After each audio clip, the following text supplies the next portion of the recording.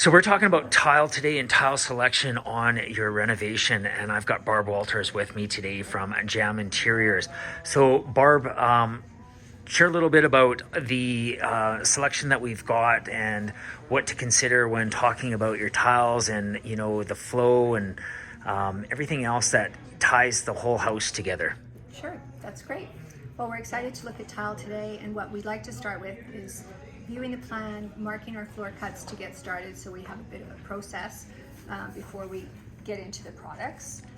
We always like to start with looking at what is in the standard specification. Things to keep in mind with tile are areas in the house. You know, for example, you don't want to have a polished tile on your floor in a mudroom or when you're stepping out of the shower. So you want to think about the texture of a tile. You want to think about the size of the tile, the pattern, the edge profiles, if it's rectified, or if it's not, you have to consider a thicker grep joint. So today we've looked at several products. This one here has more of a concrete look, and it comes in 3 colorways.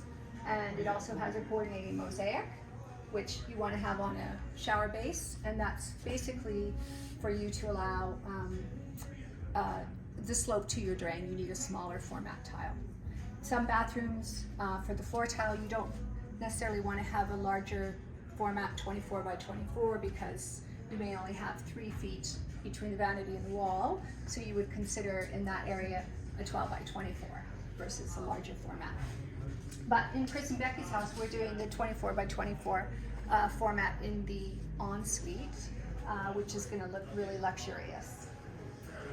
For that room, we selected this material marble look for the mat, and we're going to do a coordinating hex mosaic on the base with a 12 by 24 polish for the wall to refract more light and brighten things up.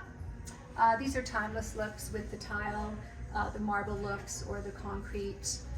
They're very neutral palettes. They go with all kinds of other options for your selections with cabinetry, your plumbing fixtures. In this case, we're doing black, so it's going to create a lot of drama with the high contrast.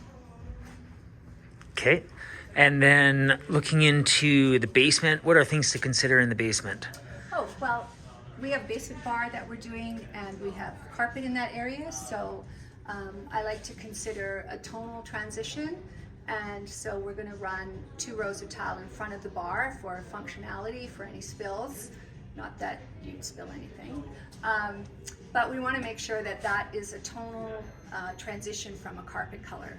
We don't have the carpet today, but we're going to select our tile first, and then when we're choosing carpet, we'll take that into consideration. And there's probably more options in carpet that there are for tile within our selection price band. So we're going to start with the tile and then go from there to select the carpet. Awesome. Appreciate your time, and thanks for sharing. My pleasure.